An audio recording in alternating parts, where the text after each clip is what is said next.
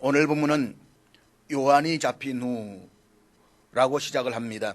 그러니까 시간 속의 어느 때에 세례 요한이 감옥에 갇혔고 그때 예수께서 갈릴리에 오셔서 하나님의 복음을 전파하여 이르시되 때가 찼다라고 말씀을 하십니다. 이것은 요한이 잡힌 것이 역사적 사실이며 하나님 시간 속에서 일어난 사건이다라고 하는 것을 우리에게 말하고 있습니다.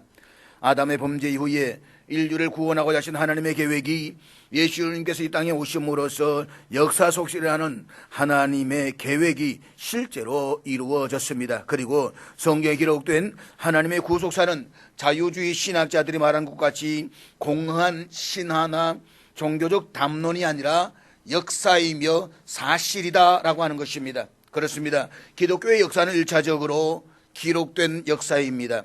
그렇기 때문에 우리는 심오한 사상을 알기 위해서 애쓸 필요가 없습니다.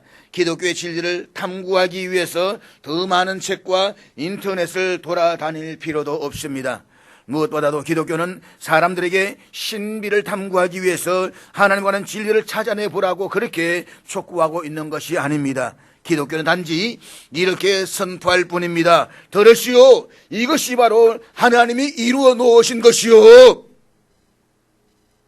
사랑하는 여러분, 우리는 세상의 다른 종교처럼 진리를 찾아서 탐구하는 종교가 아닙니다.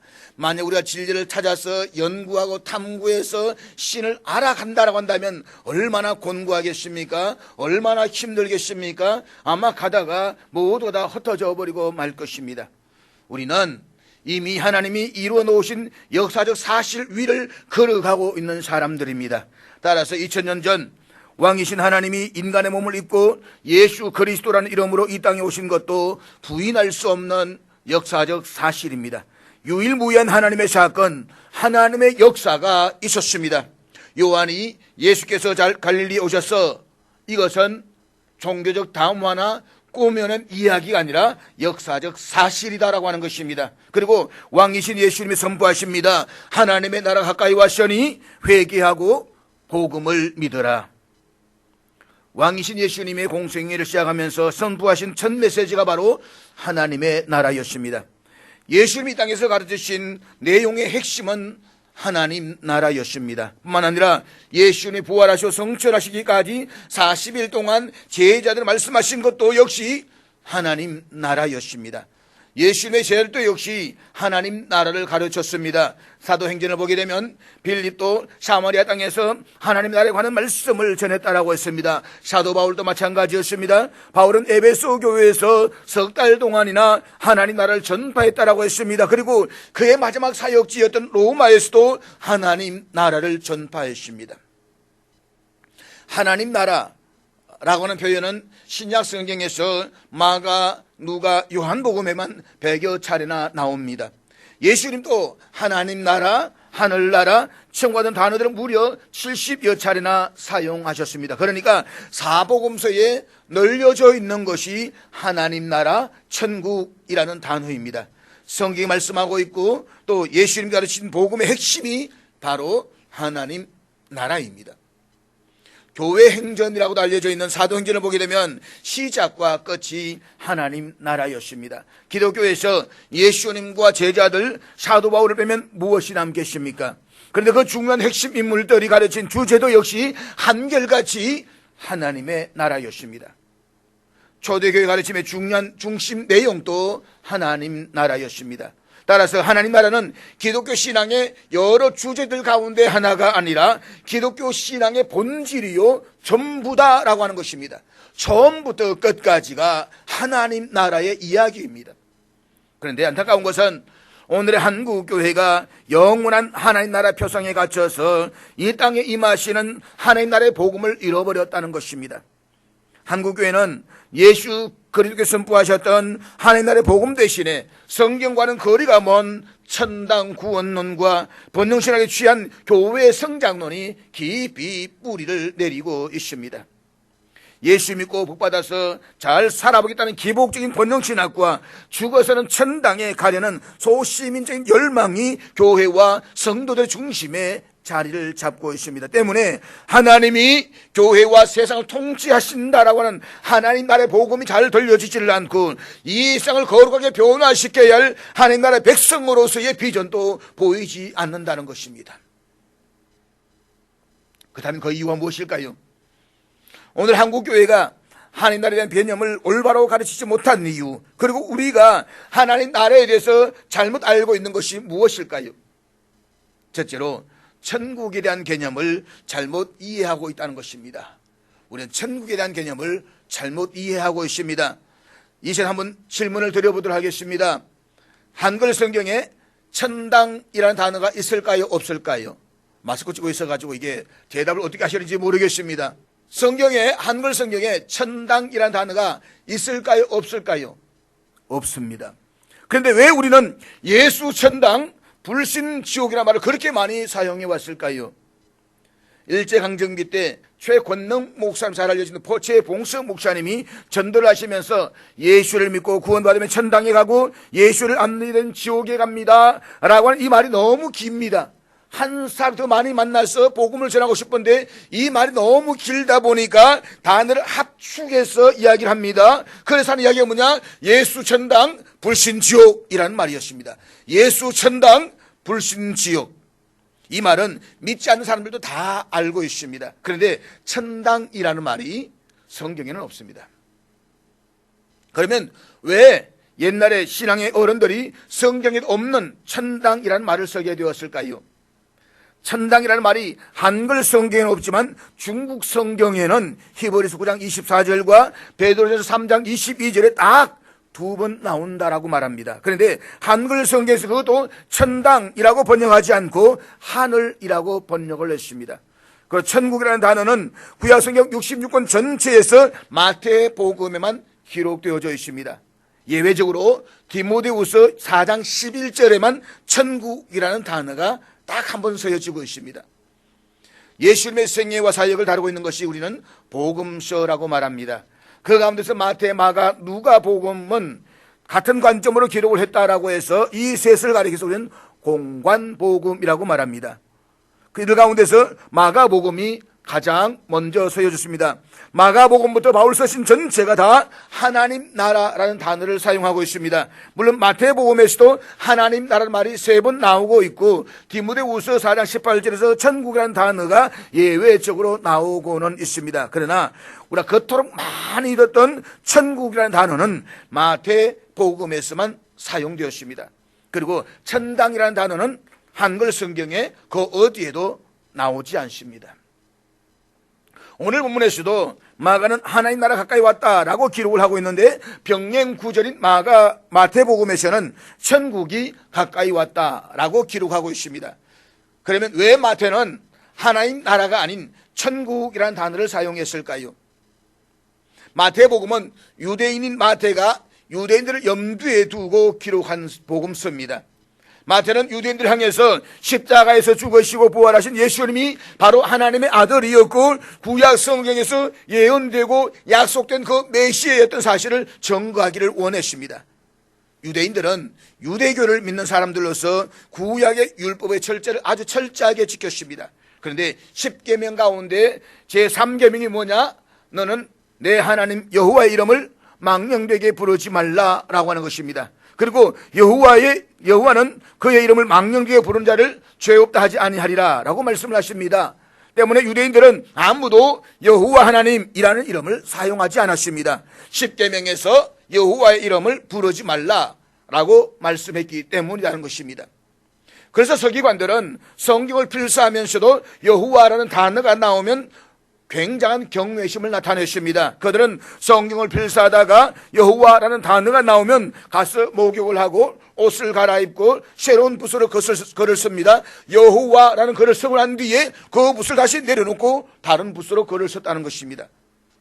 그만큼 여호와라는 말이 경외로운 이름이고 함부로 할 수 없는 이름이었다라고 하는 것입니다. 그리고 그 누구도 여호와 하나님의 이름을 소리내어서 말하거나 부르지 않았습니다. 여호와 이름을 부르는 것은 엄청난 불경죄라고 생각했기 때문입니다. 그렇지만 유대인들이 생활하다 보면 부득이하게 여호와라는 이름을 사용해야 할 때가 있지 않겠습니까? 그럴 때에 여호라고 말할 수는 없지 않겠습니까?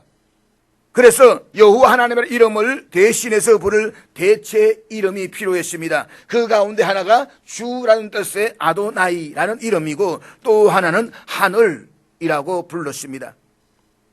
마치 연인이 젊었을 때에는 자기라고 부르다가 결혼해서 아이를 낳게 되면 상대방이 이름이 있지만 자기, 여보, 예랑아 라고 하는 것처럼 말입니다. 제가 예랑아 그러면 사실 누구를 이야기합니까?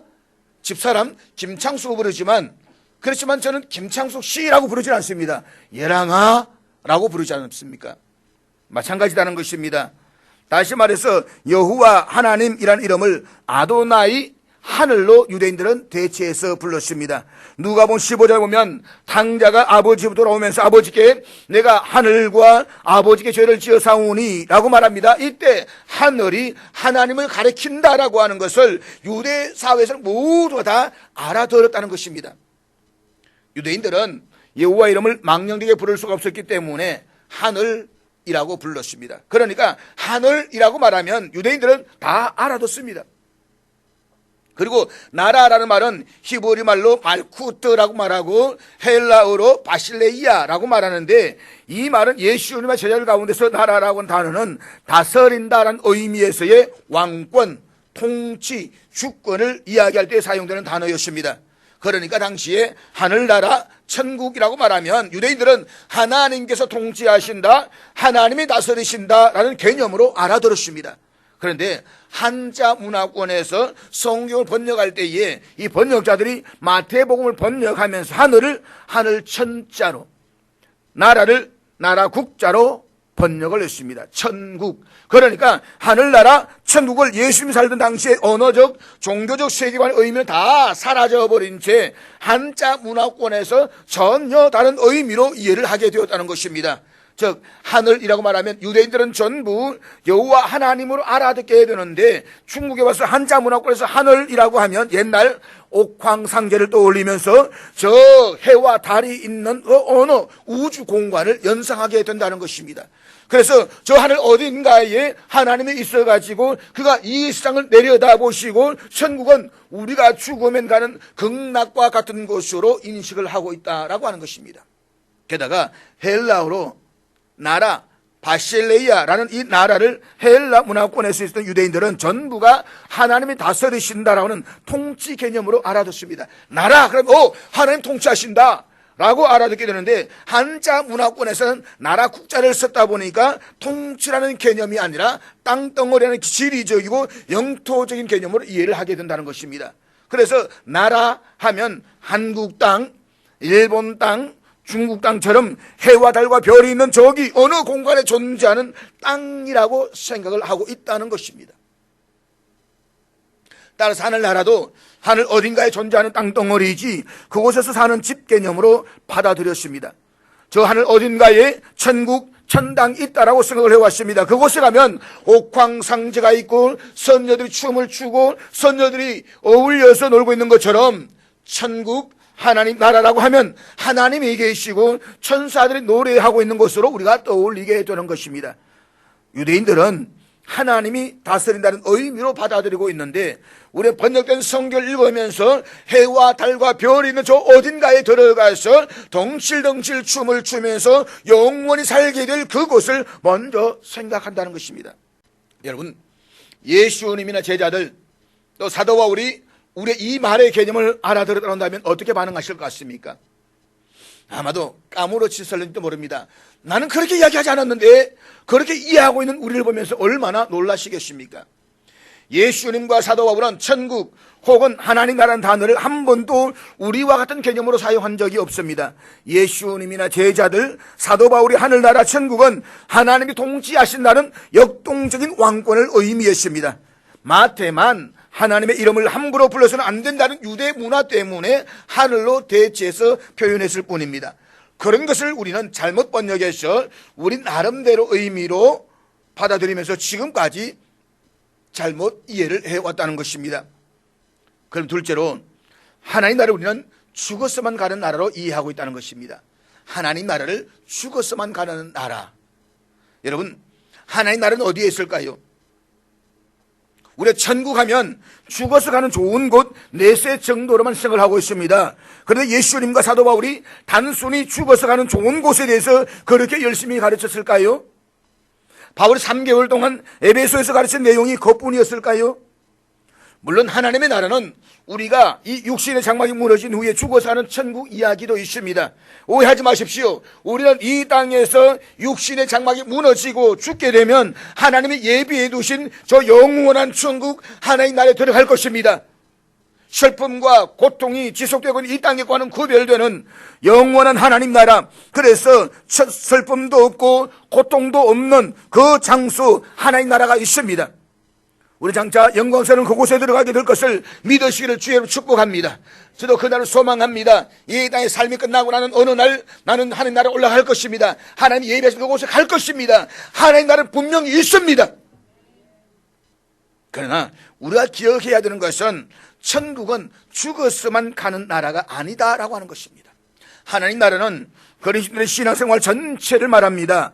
하나님 나라는 기독교 여러 주제들 가운데 하나에 불과한 것이 아닙니다. 즉 하나님 나라는 조직 신학에서 맨 마지막 주제인 종말론에서만 다루어지는 것이 아닙니다. 하나님 나라는 기독교의 처음과 나중이며 전부라고 해도 과언이 아닙니다. 기독교의 본질, 신앙생활의 전부가 바로 하나님 나라입니다. 한마디로 기독교는 하나님 나라의 이야기로 충만합니다.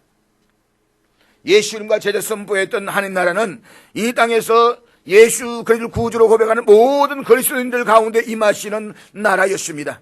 세상 나라의 질서와 긴장 가운데서 때로는 충돌하면서 세상을 거룩하게 변혁시키고 전복시키고 하나님 통치 영토를 넓혀가는 공격적이고 세계적인 변혁을 이루는 나라입니다. 그렇지만 오늘 한국교회와 성도들에게 있어서 이식되어져 있는 하나님 나라는 지극히 소극적이고 관조적인 차원에 머물고 있습니다. 즉 우리는 하나님 나라라고 하면 장차 죽어서 가게 될 영원한 본향으로서 하나님 나라만을 생각하고 있다는 것입니다.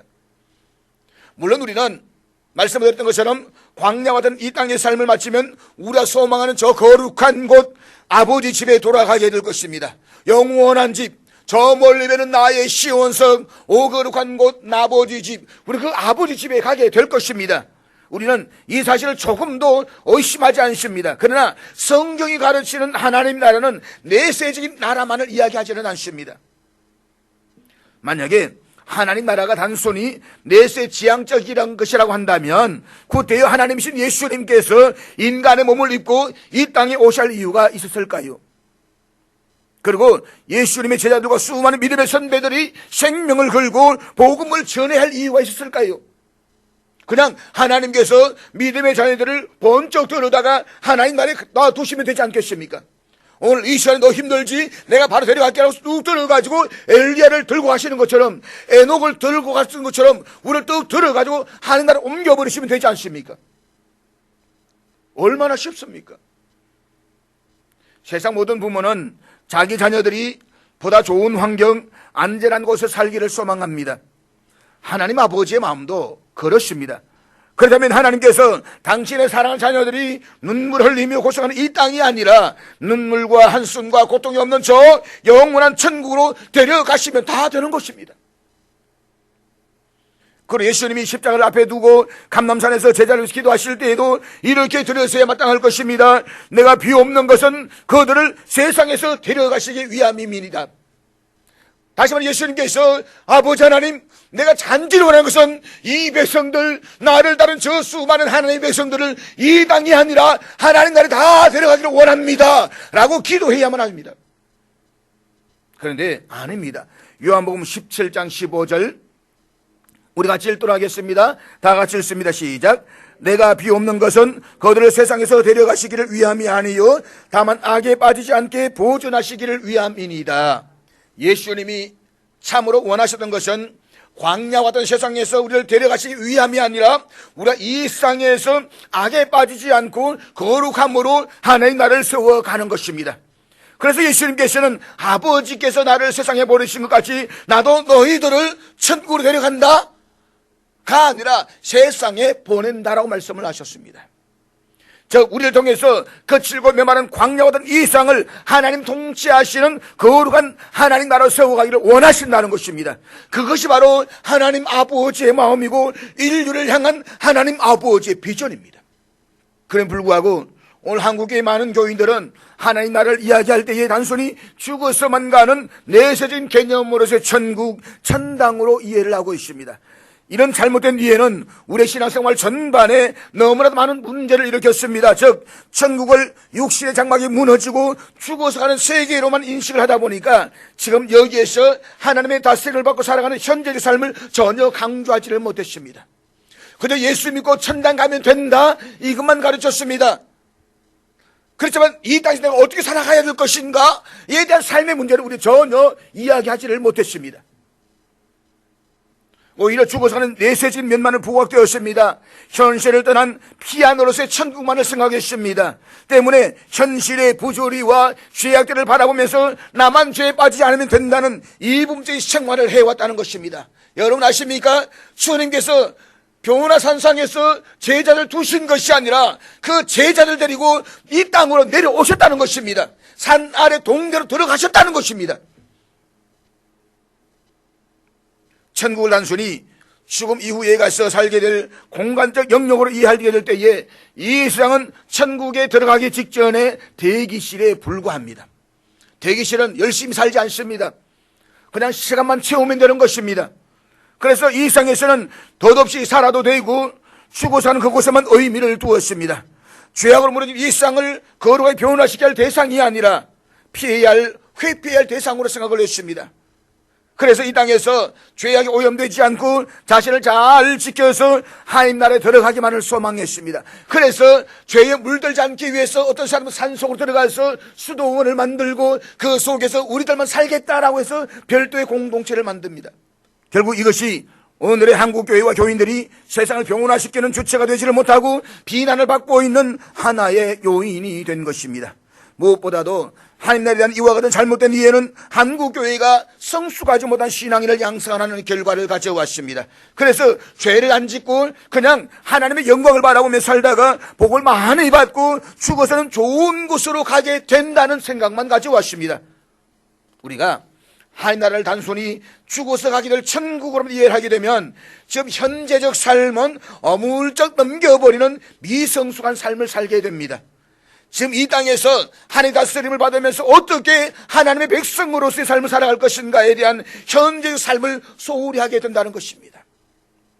가령 모든 수입의 11조를 하나님께 드려야 된다는 것은 우리가 다 알고 있습니다. 11조는 하나님의 말씀이고 우리 향하신 명령이기도 합니다. 그런데 나머지 10분의 9는 어떻게 써야 될 것인가에 대한 진지한 고민은 없습니다. 여러분은 10분의 9를 어떻게 써야 되겠다고 고민하며 살아가십니까?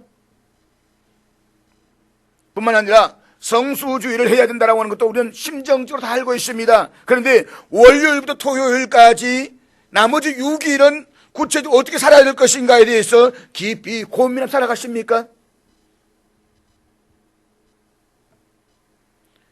10분의 9를 가지고 6일 동안 가정생활에 사회생활에서 믿음과 전혀 상관없는 삶을 살아가는데 불구하고 그냥 주일 성수 좀 잘하고 11조만 잘 드리면 믿음이 좋은 사람으로 평가를 받습니다. 그 결과 한국교회는 성숙하지 못한 교인들로 인해서 세상에서 감당해야 할 빛과 소금 사명을 잃어가고 있다는 것입니다. 그러나 하나님 나라는 미래뿐만 아니라 지금 우리가 살아가고 있는 현재의 삶에서도 초점이 맞춰져 있습니다. 기독교는 지금 내가 사는 이곳에서 하나님의 다스림을 받아들이고 나아가서 그분의 통치하심과 왕권을 현재 오늘의 삶에서 드러내는 신앙인 것입니다. 그렇기 때문에 종교개혁자 마르틴 루터는 우리 그리스도인들은 그날과 오늘을 살아가는 사람들이라고 말했습니다. 즉 마지막 때 주 앞에 서게 될 그날을 바라보면서 오늘의 현재에서 하나님의 다스림을 받으면서 하나님 나라의 백성으로서 삶을 살아가는 것이다, 이 말입니다. 하나님 나라에 대해서 바르게 이해를 하게 되면 10분의 1만이 아니라 나머지 9도 하나님 다스림 속에서 바르게 서려고 할 것입니다. 오늘 많은 교인들은 성과 속, 교회와 세상을 구분하는 잘못된 이원론의 사고에 길들여져 있습니다. 그래서 교회에서 하나님과 관계된 일은 거룩한 일이고 집에서 가정일을 한다든지 직장에서 이런 세속적인 일이라고 생각을 합니다. 우리는 이런 이원론적인 성과 속의 개념에 익숙해져 있습니다. 그래서 예배당은 거룩한 곳이고 목사를 성직으로 이해를 합니다. 그러나 그게 아닙니다. 성과 속의 개념은 하나님의 관계 안에서 나누어지는 것입니다. 다시 말해서 예배당은 거룩하고 직장은 세속적인 것이 아닙니다. 주일은 거룩한 날이고 월, 토요일은 세속적인 날이 아닙니다. 하나님 통치하시면 순종하게 될 때에 모든 것이 다 거룩합니다. 그러나 하나님 다스림에 순종하지 않을 때에 모든 것이 다 세속적이 되는 것입니다. 아무리 예배당에서 하나님의 일을 한다라고 해도 하나님의 통치를 거부한다라고 한다면 그것은 바로 세속적이 되고 마는 것입니다. 가령 저는 교회 안에서 살아가는 목사입니다. 그렇지만 저는 교회 안에 있으면서도 얼마든지 세속적인 목사가 될 수가 있습니다. 하나님의 통치를 받지 않는다라고 한다면 예배당 안에서도 철저하게 세속적인 일을 할 수가 있습니다. 칼빈을 비롯한 종교개혁자들은 목사만 성직이 아니라 하나님의 통치를 받고 있다라고 한다면 모든 직업이 다 성직이다라고 했습니다. 내가 하나님 통치 아래 있다라고 한다면 가정에서는 모든 일들도 거룩한 일입니다. 시장에서 콩나물을 놓고 파는 할머니라 할지라도 하나님의 다스림을 받고 있다라고 한다면 그 일이 거룩한 것입니다. 아무리 대통령이라도 그가 하나님의 통치를 거부한다고 한다면 그는 악한 일이 되는 것입니다. 세속이 된다는 것입니다. 하나님 나라는 나와 내 가정과 내 교회, 내 민족을 뛰어넘어서 열방 가운데 임하시는 하나님의 왕권입니다.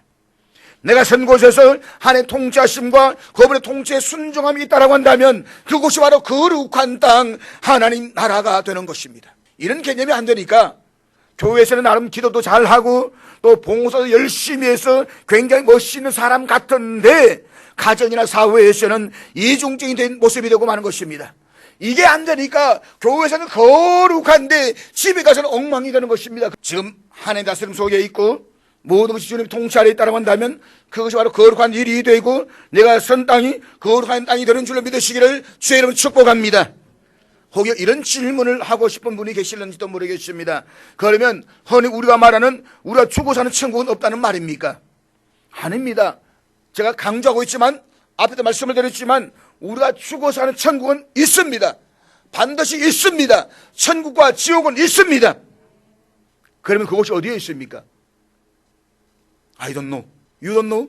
우리는 알 수가 없습니다. 성경은 분명히 우리가 죽어서 들어가게 될 영원한 하나님 나라를 이야기하고 있습니다. 그렇지만 동시에 성경은 그 구체적인 장소와 형태를 이야기하고 있지는 않습니다. 여러분, 태양을 중심으로 수성, 금성, 지구, 목성, 토성, 천왕성, 해왕성이 돌고 있는 은하계가 있습니다. 천문학자들은 이 은하계뿐 아니라 또 다른 은하계의 행성이 10의 23성계가 된다고 말합니다. 10의 23성. 다시 말해 10에다가 0을 23개를 한번 붙여보십시오. 제가 이게 10의 23성이 몇 개나 되나 헤아려 보니까 해가 되더라고요. 100해. 다시 말해서 우리가 숫자를 헤아리게 될 때에 억, 조, 경 다음에 해입니다. 해는 한마디로 말해서 헤아릴 수 없는 숫자입니다. 100해 무익하다는 말입니다. 헤아려봤자. 그러니까 이 광활한 우주 전체의 만물은 인간의 머리로는 상상할 수 없는 무한대의 별들이 존재하고 있습니다. 그런데 그 중 하나인 지구, 이 광활한 우주에 비한다라고 한다면 티끌만큼도 되지 않는 조그만 땅덩어리에 존재하고 있는 인간들은 우주 저 어디인가 하나님이 멋진 집을 지어놓고 거기 들어가 살고 계실 것이라고 생각을 합니다. 그것이 우리가 가진 개념 아닙니까? 그런데 여러분은 하나님이 이 10의 23성계가 넘는 행성을 지닌 우주를 말씀 한마디로 창조하셨음을 믿으십니까? 하나님 말씀 한마디로 있으라고 하시니까 있었던 우주 만물입니다. 그러면 하나님이 크십니까? 이 10의 23성이 크십니까? 당연히 하나님이 크십니다. 그러니까 하나님을 창조물인 10의 23성이라는 공간 안에다가 가다 놓으면 안 된다는 것입니다. 우리 때도 신앙생활 할 때 하나님을 내 이해 속에 가두려고 하는 분들이 꽤 많이 있습니다. 우리가 이해할 수 있는 하나님이라고 한다면 그 하나님 믿지 마십시오. 하나님 영원하신 분이시고 자존하신 분이십니다. 그러나 우주 만물은 자존이 아니라 피조물입니다. 창조자 하나님께서 만드신 피조물에 불과한 것입니다. 그 피조물이 영원성을 이해할 수 있다? 못합니다. 거짓말입니다. 하나님은 15의 23성을 다스리시는 분이십니다. 그것을 만드시고 다스리시는 분이 나다 라고 말씀하고 있는 것이 바로 하나님 나라인 것입니다.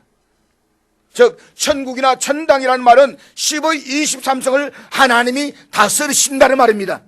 온 우주 만물을 하나님 통치하실 때에 그곳이 바로 하나님 나라입니다. 그런데 우리는 우주 공간이 너무 크니까 저 하늘 어딘가에 천당이 있을 것이라고 생각을 합니다. 이 광활한 우주를 만드신 하나님이 크심을 알지를 못하니까 자꾸 어딘가에 예수님이 성천하신 곳이 있고 또 하나님의 머무실 곳이 있다고 생각을 합니다. 사랑하는 여러분, 우리 하나님은 10의 23성보다 크신 창조주 하나님이십니다. 그 하나님은 나라는 10의 23성으로 제한되는 장소진 개념이 아닙니다. 하나님 나라는 하나님 주권과 통치가 이루어지는 곳인 줄로 믿으시기를 바랍니다. 물론 우리가 하나님 나라는 있습니다. 있지만 그러나 이 땅에서 우리 누릴 하나님 나라가 중요하다라고 하는 것도 잊지 말자라고 하는 것입니다. 그 다음에 셋째로 그 하나님 나라는 어디에 있습니까?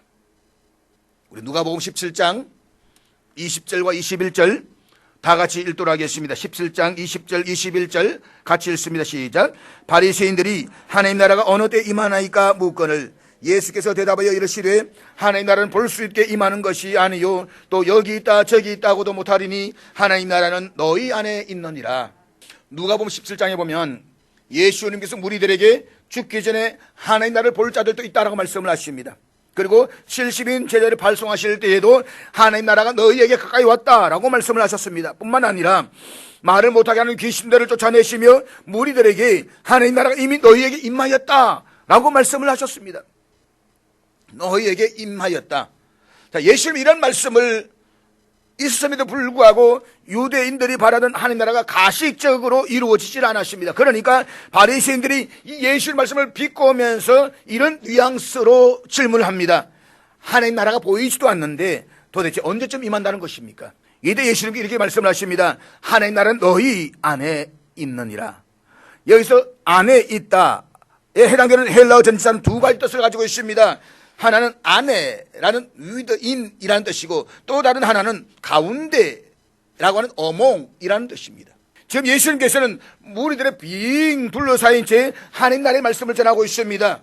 따라서 너희 안에 있다는 말은 무리 가운데 계시는 예수님, 너희 가운데 계시는 예수님을 가리키는 말인 것입니다.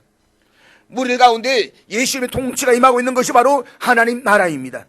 다시 말해서 하나님 나라는 하나님 구원과 통치를 인정하며 예수를 메시아로 영접하는 자들 가운데 임하고 계신다는 것입니다.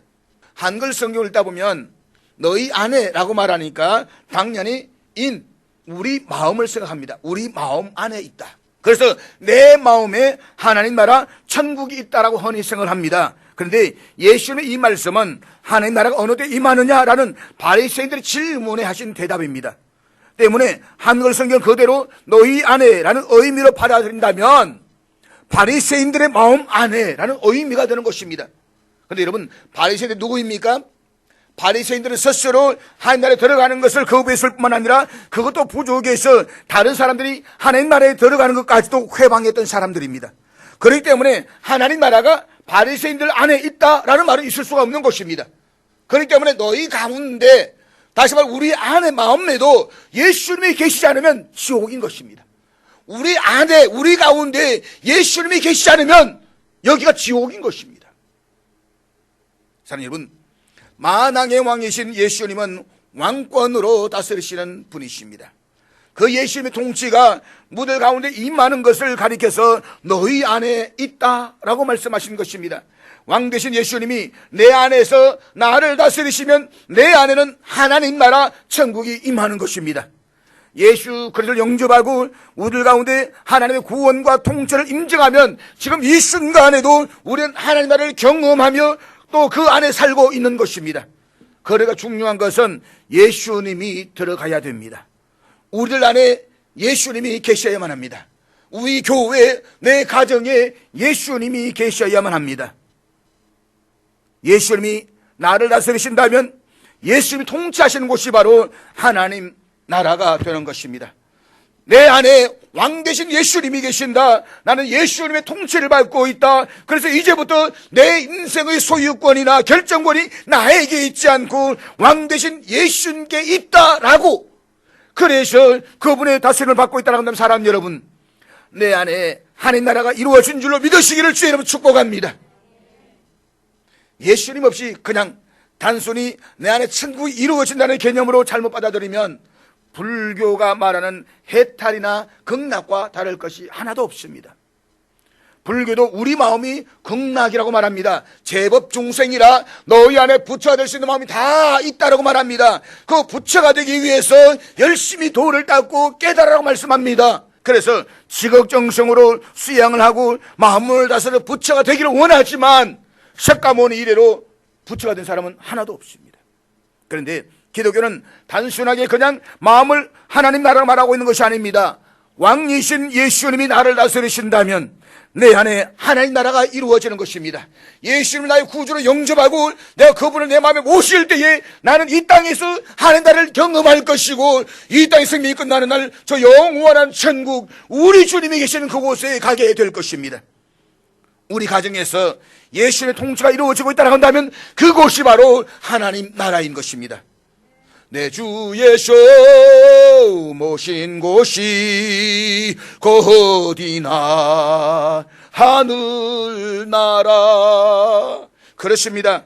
내 주 예수 그리스도를 모시고 그분이 통치하시고 그분의 다스림에 순종하고 있다고 한다면 그곳이 바로 하나님 나라가 임한 줄로 믿으시기를 주의 이름으로 축복합니다. 그러므로 우리의 삶에서 하나님의 통치를 인정하고 그분의 다스림에 순종하심으로써 하나님 나라의 백성으로서 아름다운 삶을 살아드리는 저와 될 수 있기를 주의 이름으로 축복합니다.